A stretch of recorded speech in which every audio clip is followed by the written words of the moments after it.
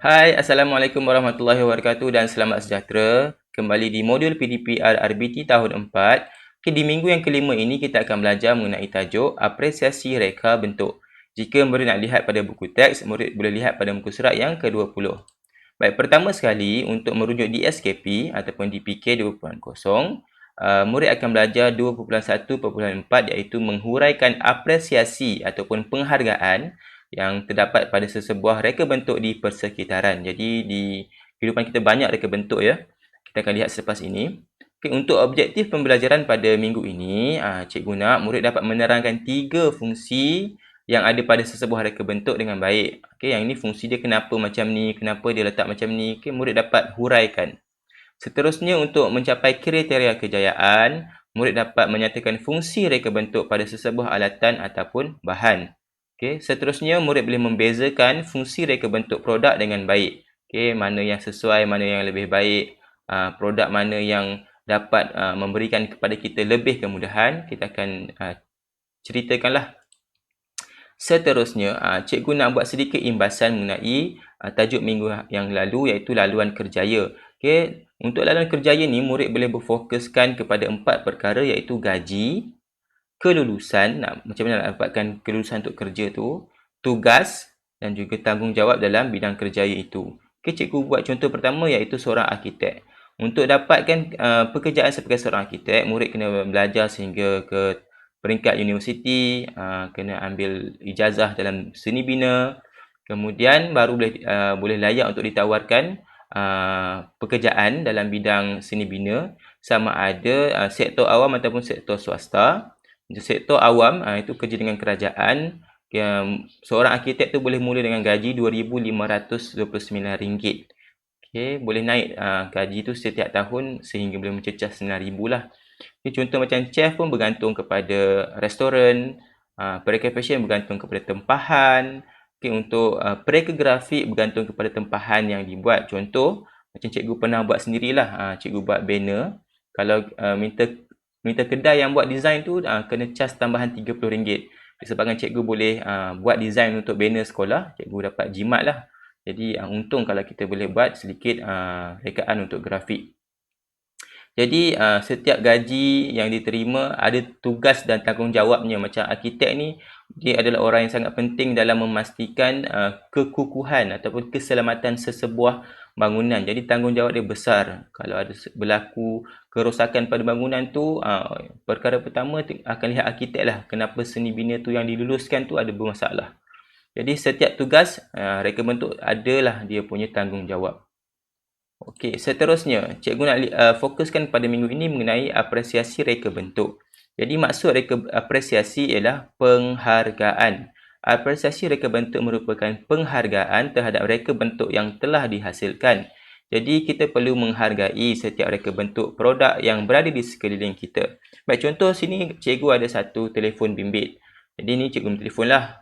Kita macam mana kita suka dia punya design tu, reka bentuk tu, kita kata lihat dia punya kamera, dia punya kedudukan fingerprint. Jadi itu adalah satu macam mana kita menghargai. Kita juga ada lampu suluh kan, kita tengok lampu suluh ni, kita suka dia punya reka bentuk, macam mana dia punya pengecas.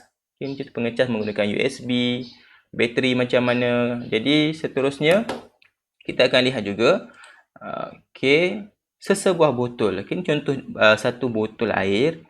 Okay, kita nak tengok macam mana kita boleh memberi penghargaan kepada reka bentuk. Pertama, nombor satunya, reka bentuk muncung memudahkan untuk minum. Jadi ini botol air ni di hujungnya muncung senang untuk minum. Dia punya biasanya botol air macam ni kita tarik kan guna gigi dan terus minum.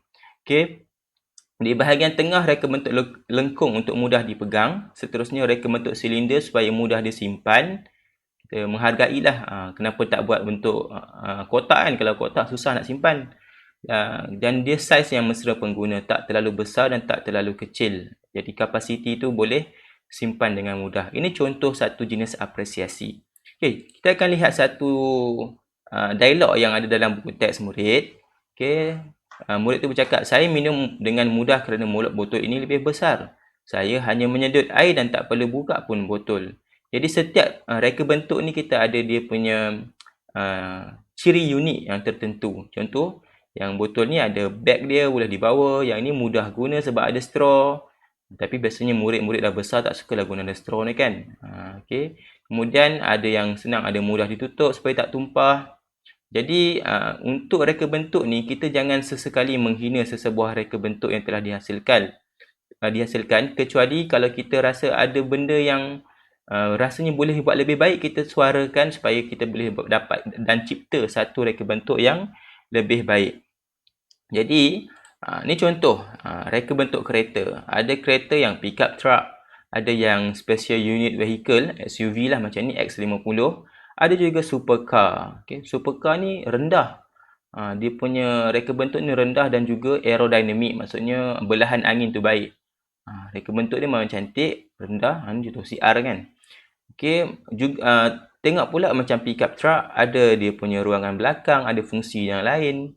Ada fungsi, kadang-kadang pickup truck ni boleh masuk air sebab dia punya kotak angin untuk intake di dia punya carburetor tu ataupun dia punya injector berada di atas. SUV pula dia ada ruangan yang tinggi, yang besar. MPV pun ada dia punya fungsi. Begitu juga dengan kereta sedan dan juga kompak. Jadi semua reka bentuk ni kita kena hargailah. Seterusnya cikgu nak bagi contoh reka bentuk kasut. Ada kasut yang boot, kasut sukan yang ada ikut jari-jari ni dan juga selipar. Jadi sesebuah reka bentuk tu ada fungsi dan juga dia punya kesesuaian untuk orang. Kalau nak buat kerja yang di bahagian lumpur, mesti kena guna boot macam ni, senang nak basuh. Kalau kita gunakan nak berjalan-jalan biasa, kita guna selipar. Jadi selipar pun banyak warna, banyak reka bentuk. Ada yang macam selipar Jepun tu. Jadi sesebuah reka bentuk tu kita kena tahulah, hargai dia punya fungsi dan juga keistimewaan yang ada pada reka bentuk. Jadi itu sahaja yang kita belajar pada hari ini. Mudah saja mengenai apresiasi ataupun penghargaan. Okay, cikgu nak murid-murid boleh buatlah satu latihan pengukuhan. Ini contoh satu beg. Satu beg ni kita kena huraikan dia punya apresiasi ataupun kita jelaskan fungsi yang menarik ada pada sesebuah produk itu. Contoh sekarang cikgu gunakan beg. Murid boleh carilah apa-apa produk, alat tulis ke, pen ke ataupun beg duit murid yang ada.